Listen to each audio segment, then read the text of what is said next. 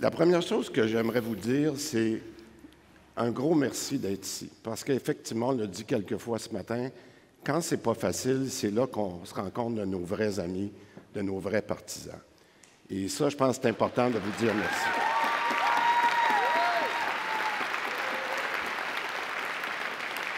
Je vais vous dire, parce qu'on n'a pas beaucoup de temps, puis ça va passer vite. J'ai une grande crainte. Et j'en ai réglé la moitié du problème. Je passe avant Bernard.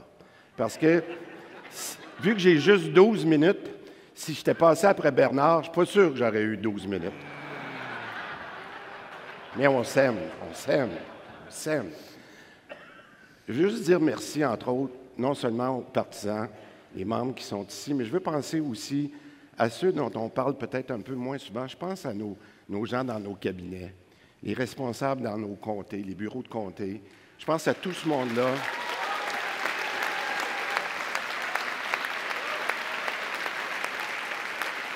Vous avez raison, c'est vrai. Puis je veux aussi, parce que souvent les gens disent ministre de la Santé, mais on est 3 ministres. On est 3. Il y a le docteur Carman, qui s'occupe de tout ce qui est les services sociaux, DPJ, santé mentale, tous des dossiers faciles. Après ça, il y a Sonia Bélanger, à qui le premier ministre a donné un mandat très clair au niveau des aînés, des soins à domicile. Je veux les remercier, eux, ces deux-là, mais aussi leurs équipes, parce que souvent, on en entend peut-être un peu moins parler de ces équipes-là, mais je vous le rappelle, c'est important. Bon, on veut avoir un thème aujourd'hui qui est le changement. Je ne connais pas grand-chose au changement, mais je sais une chose. C'est que quand on veut avoir des changements, il y a un principe qui est important, c'est d'avoir des petits succès. Puis moi, j'aimerais ça prendre juste quelques minutes, puis ça, c'est mon premier point aujourd'hui, prendre quelques minutes pour vous dire, malgré les conditions difficiles qu'on a eues sorties de la pandémie, pensez l'accroissement de la population, vieillissement de la population, manque de personnel, vous la connaissez, la liste.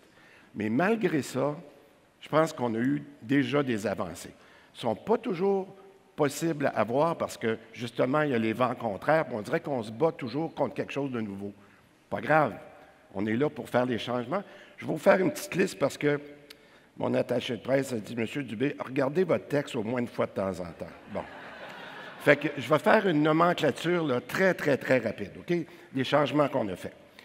Plus de 900 000 patients pris en charge par les GMF. Guichet d'accès à la première ligne dans toutes les régions du Québec. On est en train de passer au gap numérique. Télémédecine maintenant qui est couvert à tout le public.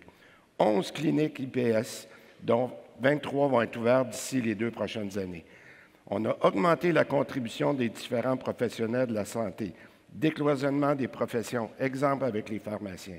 On a travaillé pour mieux valoriser le travail des IPS, j'en ai entendu parler beaucoup, qui sont maintenant capables de prendre en charge, ce qui n'était pas possible avant. Complémentarité entre le privé et le public, justement avec tout ce qu'on a fait avec le rattrapage des chirurgies. Des points de service locaux, des anciens centres de vaccination qui sont devenus permanents pour faire du dépistage. On va parler beaucoup du numérique. On a entamé le virage numérique. On est, pour la première fois en temps, en train de faire un changement, le dossier santé numérique, dans 2 de nos établissements pour être prêt à la fin de 2025. Réduction de la paperasse chez les médecins, ce qui n'est pas un dossier facile, c'est important pour nos médecins de famille. Et il y a encore des dossiers qui s'en viennent dans ces sujets-là. Sonia Bélanger, virage massif vers les soins à domicile. Plus de 30 millions d'heures. On a commencé à 20 millions d'heures il y a 5 ans. On est rendu à 30 millions d'heures en soins à domicile. Ouverture de plus de 50 de nos maisons des aînés. L'hospitalisation à domicile pour désengorger nos urgences. Plan pour faire face au vieillissement de la population. Sonia s'en va avec des très belles annonces. Et elle a aussi réduit la paperasse, elle, pour l'inscription dans les CHSLD. Lionel, projet de loi 37 qui aspire le commissaire Lionel. Il faut que j'aille vite, On continue le développement des mesures d'accès pour la santé mentale. Réduction de 30 des listes d'attente en santé mentale jeunesse. Plus de 35 000 enfants ont été dépistés pour le programme Agir tôt. et j'en passe.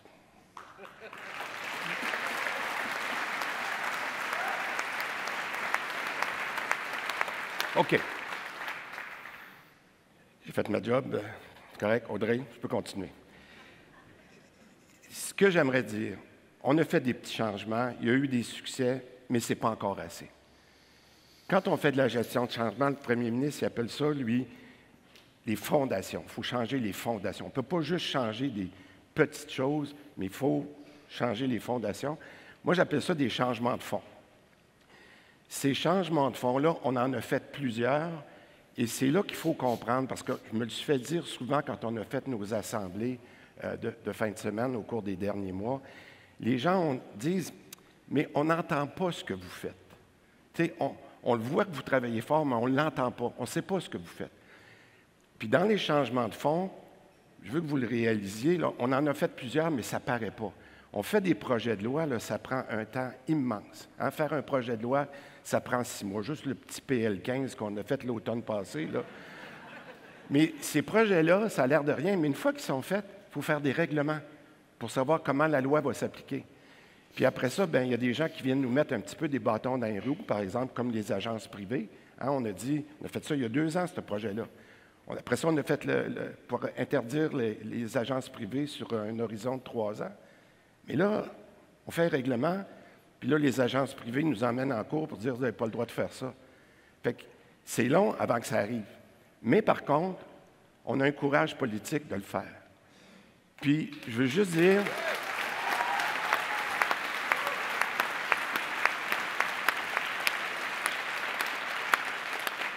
Puis ça va m'amener à mon 3e point. Faites attention pas, Bernard, je vais respecter mon horaire. Mais je veux dire une chose, avant de vous parler de mon 3e point. La raison pour laquelle on est capable de faire ces changements-là, c'est parce qu'on a un premier ministre qui nous supporte. Puis ça, c'est important de le dire. Ça, c'est important de le dire. Très important. Bon. Parce qu'il y a des matins, je me lève, je me dis, bon, j'espère François, il ne changera pas d'idée, là, parce que il y a d'autres premiers ministres avant, puis on me parlé des fois avec M. Barrette qui dit, tabarnouche, ça allait bien, Christian, j'aurais tout fini ma réforme, mais c'est le premier ministre qui m'a lâché. Mais nous, ça ne nous arrivera pas. Ça ne nous arrivera pas parce qu'on s'est entendu qu'on allait le faire.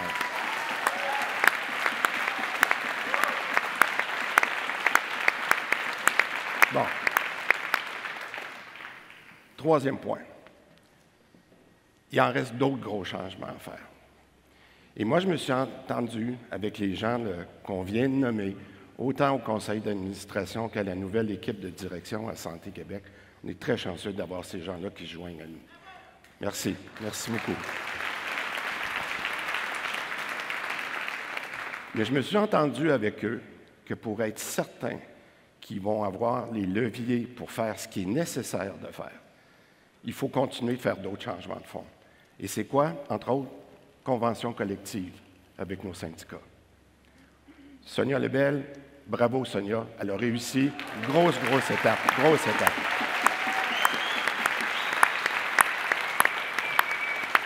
Sonia a réussi avec le Front commun qui s'est réglé quelque part entre le 26 et le 27 décembre. Mais elle a réussi avec 3 grandes centrales syndicales. Et une des raisons pour lesquelles on a pu s'entendre cette semaine pour faire des équipes volantes, ça fait des années qu'on veut faire ça, mais il fallait l'avoir dans nos conventions collectives. Alors, pourquoi qu'on s'est entendu la semaine passée avec la CSN puis avec la FTQ? Parce qu'ils ont accepté de travailler avec nous. Ils ont signé la convention collective et là, on peut faire les changements pour aller aider nos régions avec nos équipes volantes. Il y a plus de 500 personnes dans la dernière semaine qui ont accepté d'embarquer dans les équipes volantes.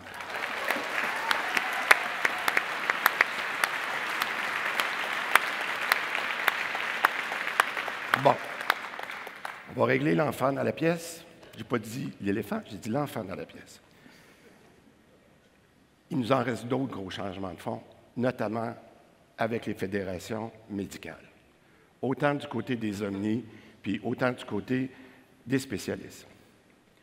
Il y a plusieurs de vous là, qui m'ont venu me voir cette semaine dans les caucus, puis tout ça, qui m'ont dit, c'est quoi cette affaire-là là, que les médecins veulent se retirer. On reçoit des lettres qui veulent se retirer de l'entente GAP.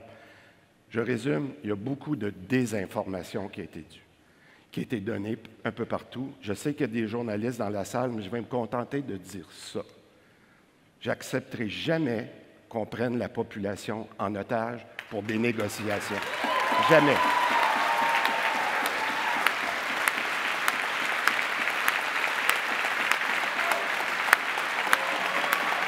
Jamais.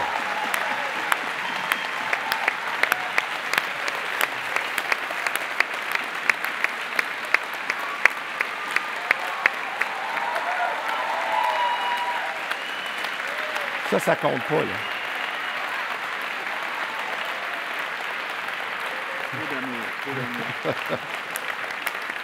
Je viens de dire à Bernard, merci beaucoup, mais ça compte pas, là. Soyez-vous vite, il reste juste. Merci beaucoup, merci. Mais vous savez une chose, je vais finir avec ça. Il nous en reste beaucoup de changements à faire. Mais on ne fait pas des changements pour faire des changements. On fait des changements pour avoir des résultats. Puis moi, je me suis engagé auprès du premier ministre. Pourquoi qu'on a dit un horizon 2025? C'est que la somme des petits changements, la somme des changements de fonds qu'on a fait faire, la pérennité qu'on va donner au réseau de la santé avec Santé Québec, bien, on va donner pour les prochaines années des outils pour voir ces changements de fonds-là arriver, même si on ne les voit pas tout de suite. Et c'est ça la vision qu'on doit avoir. Alors donc, moi, ce que je vous dis, on a fait des petits succès. On a fait des gros changements de fonds qui commencent à nous donner des outils. Il nous en reste à faire. Mais il y a une chose, si on continue d'avoir le support comme je vois qu'on a aujourd'hui, si on continue de réaliser notre plan, ce qu'on est en train de faire, qui va gagner? Les Québécois puis les Québécoises. Je vous remercie beaucoup. Merci.